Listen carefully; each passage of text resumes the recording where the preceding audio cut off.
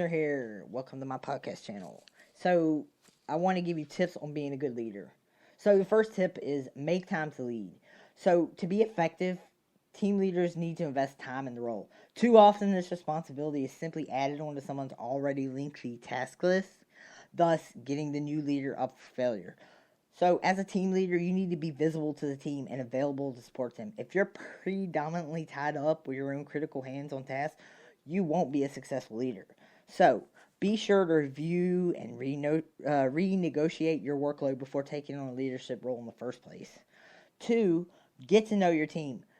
Leadership is all about how you influence your team to achieve its objectives, something you'll struggle to do if you don't get to know your team members and what makes them tick. So, while it might be tempting to jump in and start making moves from day one, remember that you're not there to flex your ego. Take time to listen to your team members. Find out what their issues and aspirations are. Gather ideas and identify potential strengths and weaknesses. Only then can you formulate a leadership approach that stands a chance of success. Getting to know who you're working with is the first all-important step to bonding with the team and establishing their respect and trust.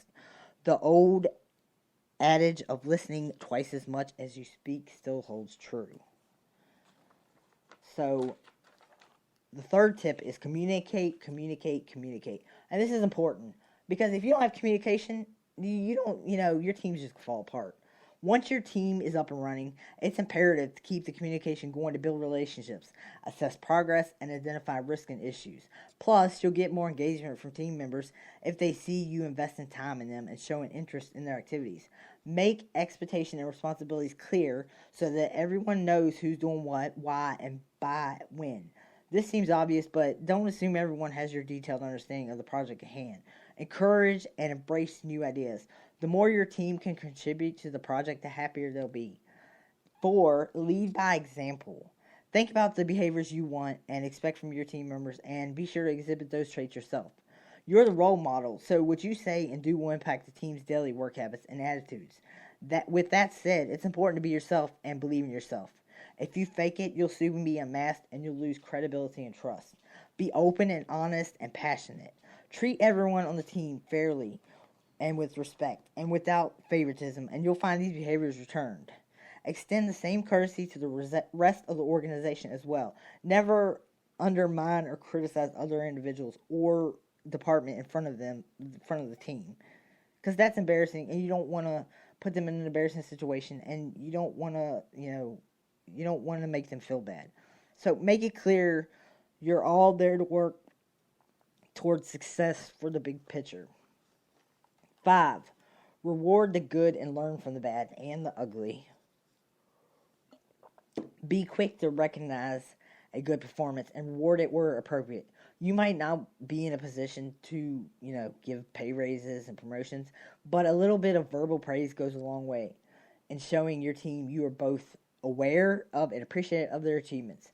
Be equally as timely in tackling poor performance issues. The longer you leave them, the tougher they'll be to fix. When they do, learn from them and see how they can be prevented in the future. And whatever you do, don't play the blame game. If you need to have a challenging conversation, do it in private, not public. No public fogging. And don't try to win a popularity contest. Not all your feedback and initiatives will be well received, but if you concentrate more on being everyone's friend instead of a strong leader, the work will suffer as well as your integrity. 6, delegate. Trust your team to do its job. Being a team leader doesn't mean you're there to do other people's work for them. And when I first started with Avon, I kind of, I didn't learn that. And I thought, I'm going to help. I mean, there's a difference between helping them and doing it for them. And I didn't know the difference at the time, but I do now. So be clear on what's expected of everyone and let them get on with it. 7, be decisive. Don't procrastinate. If things go wrong, take a breath, gather the information you need to make an educated decision and make it. Don't be afraid of seeking help. It's a sign of strength, not weakness. So those are my tips. Y'all have a great day.